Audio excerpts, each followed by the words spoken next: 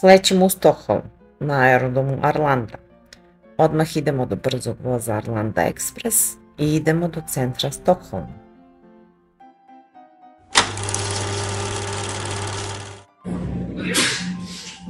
Zima, samo da se sačeka da se izjednači vazduh između ove dve prostorije pa će da me pusti. A u centru odlazimo do ledenog bara, prostorija potpuno izgrađena od leda, iskustvo je zaista jedinstveno. Ulaznica koja uključuje jedan koktel košta 20 evra, a takođe uključuje rukavice, pončo koji možete dobiti za vreme boravka u baru. Milica je zamaglati naočare. Samo da se vidi koliko je hladno ovde. Umesto da se koristi ista konstrukcija od leda, svake godine se stvaraju nove skulpture i dizajn kako bi se održala svežina i interesovanje posetilaca. Hotel i hostel Ridderfjord obuhvata 3 usidrena broda. Sobe su u stilu kabina sa pogledom na grad i na jezero. Nalazi se na samo 1 kilometar od centra grada. Hosteli smešteni na brodovima često su znatno pristupačniji u poređenju sa standardnim smeštajem. I naravno da bih ovde ponovo odsela ako bih ponovo došla. Zamislite ulazak kroz vremensku kapiju Gamla stana, starog centra Stokholma, jednog od najbolje očuvanih srednjovekovnih dragulja Evrope. Ovaj deo grada prostire se na nekoliko ostrva, a najveća koncentracija starog šarma nalazi se na ostrvu Stadsholmen. Sa svojim prelepim starim zgradama, šarenim fasadama i uskim kamenim ulicama, Gamla stan odiše istorijskim duhom. Prošetajte kroz njegove ulice i osetite vibracije prošlosti, dok istovremeno uživate u raznovrsnoj ponudi barova, suvenirnica i turističkih radnji. Da li ste znali da Pipi Duga čarapa je junakinja iz knjige švedske književnice? Smo došli do naših komšija sa Balkana, ima nas svuda. Smo ovde da uzmemo po jedan ceđeni sokić i kako imaju lepo kolačiće. Sad mi se sve ovde siđe. Imamo sok od sveže ubrane naranđe koja raste u Švedskoj. Ovde se jako pije sok od naranđe, evo vidi.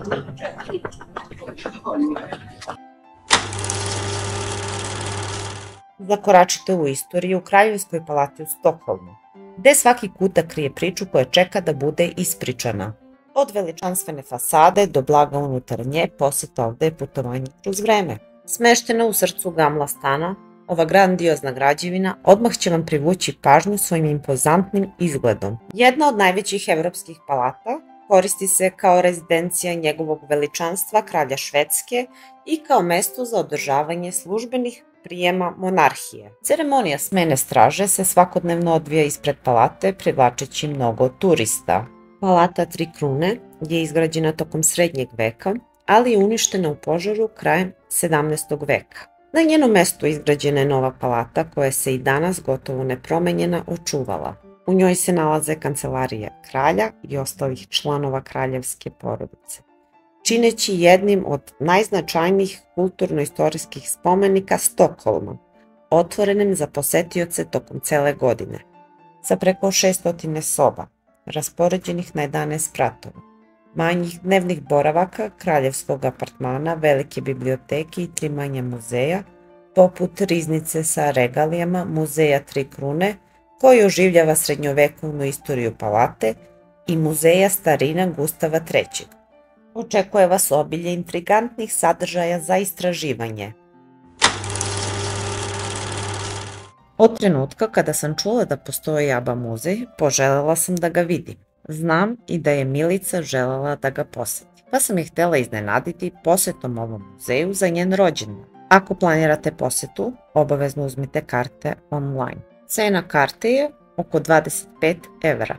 U muzeju su velike gužve i preporučujem posetu u prepodnevnim časovima. ABBA muzej prikazuje scensku odeću benda, artefakte, snimke koncerata, intervjue i druge sadržaje u savremenom interaktivnom okruženju. Možete pevati i plesati sa hologramima ABBE.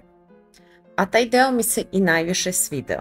Grupa ABBA je švedski muzički fenomen. 4 talentovana člana, Agneta, Bjorn, Benny i Anni Frid, Stvorili su jedinstvenu harmoniju koja je definisala pop muziku 70-ih i osvojila srca miliona fanova širom sveta.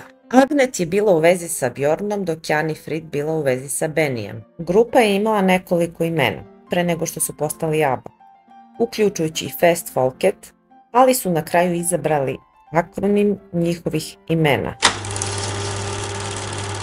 Metro stanice u Stokholmu su uzdignute do nivoa prave umetničke galerije, sa zadivljujućim muralima i živopisnim umetničkim instalacijama koje krase unutrašnjost stanica od zidova do plafona. Stokholmski metro sistem se često opisuje kao najveća umetnička galerija na svetu. Za cenu jedne karte možete uživati u impresivnim delima. Sa više od 110 km mreže, 90 od 100 stanica u sistemu su ukrašene muralima svetske klase i skulpturama kreiranim od strane 150 različitih umetnika. Trodnevna karta za gradski prevoz košta 30 evra. Pojedinačna vožnja košta oko 4 evra i karta važi 75 minuta. U gradski prevoz spadaju autobusi, tramvaji, metro i brodovi. Dakle, prevozna sredstva obeležena sa oznakom SL. Ako pričamo o kartama, imate više opcija: aplikaciju za prevoz, platnu karticu i papirne karte, odnosno pametne karte. Mogu se kupiti na automatima, na stanicama, putem aplikacije za mobilne telefone ili kod prodavaca karata. Kada sletite na aerodrom Arlanda, imate nekoliko opcija za transfer do centra Stokholma. Arlanda Express. Ova brza železnička veza košta 20 evra po osobi u jednom pravcu i putuje se samo 20 minuta do centra grada. Alternativa su shuttle busevi koji koštaju oko 12 evra po osobi i putuju oko 50 minuta do centra grada. Takođe, opcija su i Flix busevi, ali treba uzeti u obzir njihovu dostupnost i raspored vožnje. Iako je taksi brz način prevoza, cene su obično visoke pa se retko preporučuje.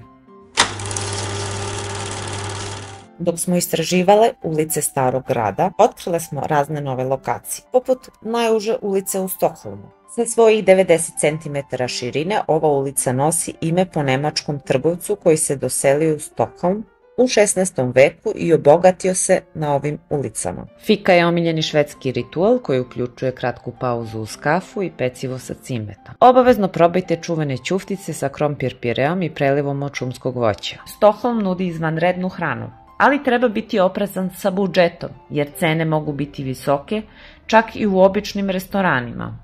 Stokholm je jedan od gradova sa najviše muzeja, oko 75 muzeja. Nazivaju ga i Venecijom severa zbog velikog broja mostova i vodenih površina. Omiljeno mesto za fotografisanje jeste Stortorget trg ili Veliki trg u prevodu, gde se mogu videti prelepe žute i crvene zgrade, kao i Nobelov muzej. Poreklo imena Stokholm. Grad duguje kombinacije reči holm, koja znači ostrvo, i reči stak, što znači zaliv, ili reči stok, što znači balvan. Mi smo želeli da posetimo Viking restoran u Gamla stanu, ali nismo znali da su rezervacije obavezne. Uz živahnu atmosferu i autentičnu vikinšku tematiku, ovo je mesto gde se možete opustiti uz tradicionalna vikinška jela i zabaviti se uz muziku i jedinstvene performanse zaposlenih. To je mesto gde možete uživati u tradicionalnim vikinškim jelima uz jedinstveni doživljaj zabave. Da li ste znali da je Švedska rodno mesto pacemakera, kompjuterskog miša, pa čak i Spotify-a? U srcu Stokholma stoji veličanstvena građevina od crvene cigle. To je Vasa muzej, dom jedinstvenog broda, ratnog broda Vasa iz 17. veka. Priča o Vasa brodu je priča o ambiciji, nesreći i neverovatnom trijumfu.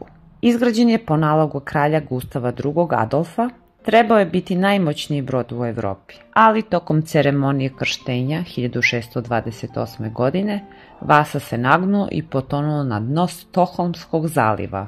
Nakon 333 godine, odnosno 1961. godine, Vasa je spašen. Brod je bio neverovatno dobro očuvan, a u muzeju je izložen u svom punom sjaju. Doživite veličinu i raskoš njegovog trupa ukrašenog stotinama rezbarija. Osim broda, muzej nudi i mnoštvo drugih izložbi i interaktivnih instalacija. Danas Vasa muzej privlači milione posetioca godišnje. Zakoračite u bajkoviti svet Drottningholm palate i doživite istorijsko čudo koje očarava svojom raskoši i elegancijom. Ova palata nije samo najbolje očuvani dvorac 17. veka u Švedskoj, već i stalna rezidencija kraljevske porodice, pružajući posetiocima jedinstveni uvid u kraljevski život kroz vekove. Ime Drottningholm označava ostrvo kraljice. Palata obuhvata predivne salone iz 17., 18. i 19. veka, prelep park, jedinstveno pozorište i kineski paviljon. Većina palate i parka je otvorena za posetioce tokom cele godine.